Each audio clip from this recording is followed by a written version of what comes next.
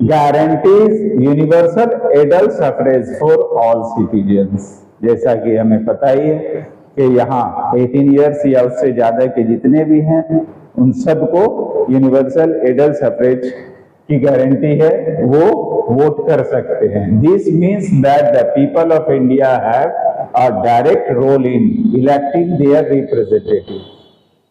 जैसा कि अभी की बातचीत से हमारे समझ में आ गया कि किसी भी गवर्नमेंट हो, रिप्रेजेंटेटिव हो, उनको इलेक्ट करने में यहाँ के सिटीजन का, पीपल का डायरेक्ट रोल होता है।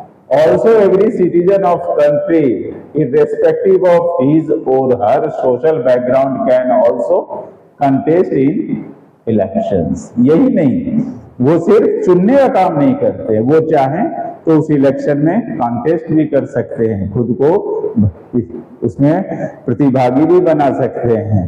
तो ये तरीका जो होता है इसी को हम कहते हैं parliamentary form of government. Third में आते हैं सेपरेशन ऑफ पावर्स।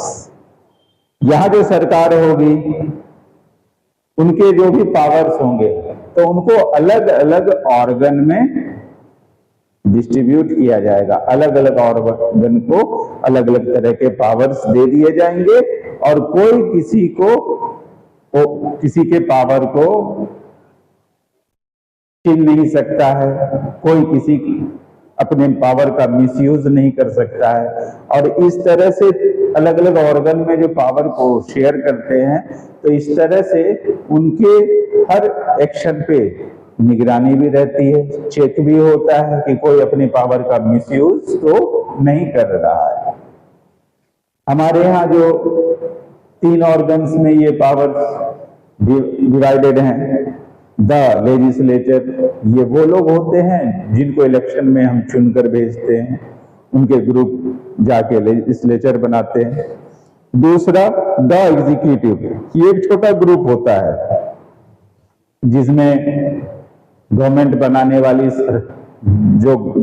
जिस पार्टी ने गवर्नमेंट बनाया है उसके लीडर होते हैं, मिनिस्टर होते हैं उस गवर्नमेंट के।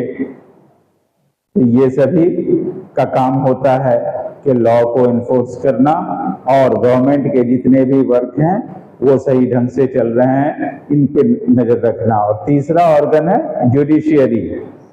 कहीं पे भी कुछ भी ऐसा काम होता दिख रहा है जो कि कॉन्स्टिट्यूशन से हटके है तो ऐसे में जुडिशियरी एक्शन लेगी, ये उसका काम है। जुडिशियरी का यही काम है कि वो लॉ को इम्प्लीमेंट